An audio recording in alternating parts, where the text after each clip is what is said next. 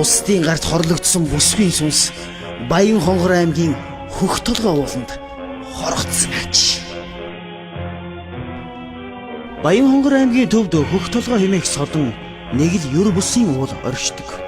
Тэрхүү уулын бэлдэх айлуудыг Хөх толгойгоор нь овоглох бөгөөд 80-аад оны сүүлчээр тэрхүү уулнаас нэгэн залуухан бүсгийн цогц олдсон үеэс л тус уулыг гүйдэлтэй болсон гэлцдэг аж.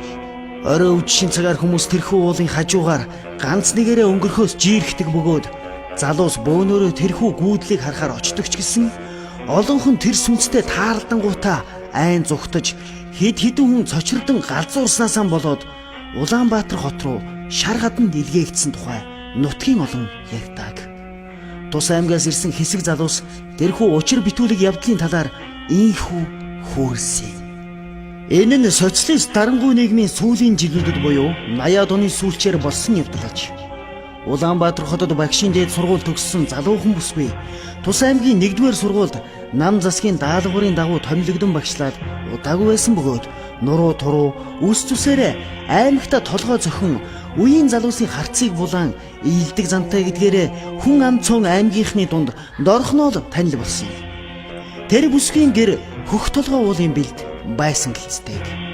Хичээл цуглаад намрын сэрв дөнгөж орж байсан үед нэгэн орой тэднийхээр тус сургуулийн Ахмад багш Даваасүрэн гэдэг хүн Гамбол тэмээх залуу багшийг дагуулan очсон байна.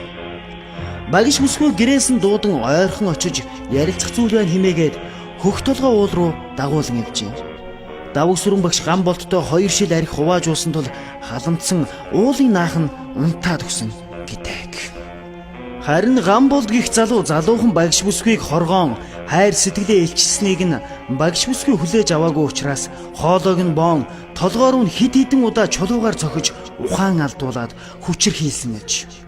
Өөрийнхөө бузар хүслийг гүйцэлдүүлсэн Гамболд гинэт сэхээ орон бүсгүйг сэрээх гэтэл тэр нэгэнт өөд болчихсон байжээ. Ингээд энэхүү хэрэгээ нуун далдлахын тулд бүсгийн цогцсыг овооны дэргэд аваачин чулуугаар биеийг нь далдлаад гэрлүүгээ явсан байна.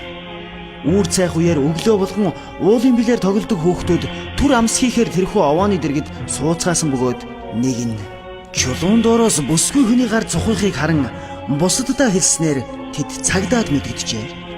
Тэднийг очиход бүсгийн цогцос гүйцэд хурж амжаагүй байсан гэлцдэг. Хэн болохыг нь андахгүй мэдэх цагдаагийнхан гэрт нь очиход хөгшин ээжинд өчигдөр сургуулийнх нь Даваасүрэн хэмээх настай багш дагуулад гарсан. Гэрийнхээ хувцастай хашааны үүдэнд уулзаж зогсоо харагдсан. Удахгүй орж ирээд байх одоо гэж бодоол хүлээж байтал шүнжин унтаж чадсангүй. Хүүхэд уйлгнаад хар дараад бас унтаж чадаагүй хэмээсэн аж. Энэ мэдээллийн дагуу цагдаагийнхан Даваасүрэнгийн өвгөн багшинд очиход тэрээр шаардсан аятай хэвтэж байв. Тэрээр би Гамболд гих залуутай гэрт нь очиж бүсгүйг дуудаж гаргасан үнэ. Бид гурав юм ярьж суугаад 2 шил арх хуваажуулсан. Багш бүсгүй огт угаагүй.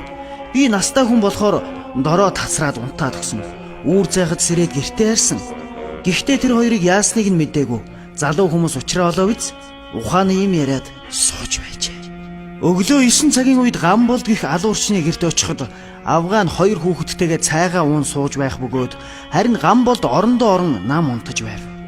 Түүний гадуур хөрөм шалан дээр хэвтэх хувцс хунар зэрэгт нь шороо наалтсан байхагаад хувцсныхын зарим хэсэгт цус болсон нь илт харагдаж байжээ. Эхнэр нь ууртайгаар үүрээр орж ирээд унтчил байна муу хар архичин гээд үглэд суух юм гинэ.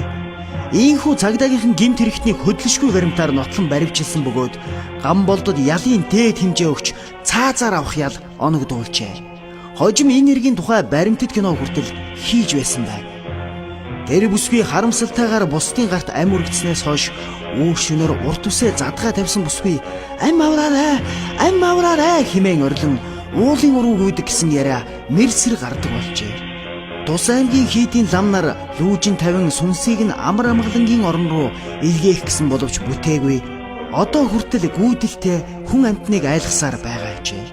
Тэрхүү гүйдлийг харсан олон мянган хүн байгаа бөгөөд 100% баталгаатай гинэв. Таач гэсэн сүнс гэдэгтээ биеэр учрахыг хүсвэл Баян хонгор аймгийн Хөх толгой гэдэг уулыг зориод үзээрэй.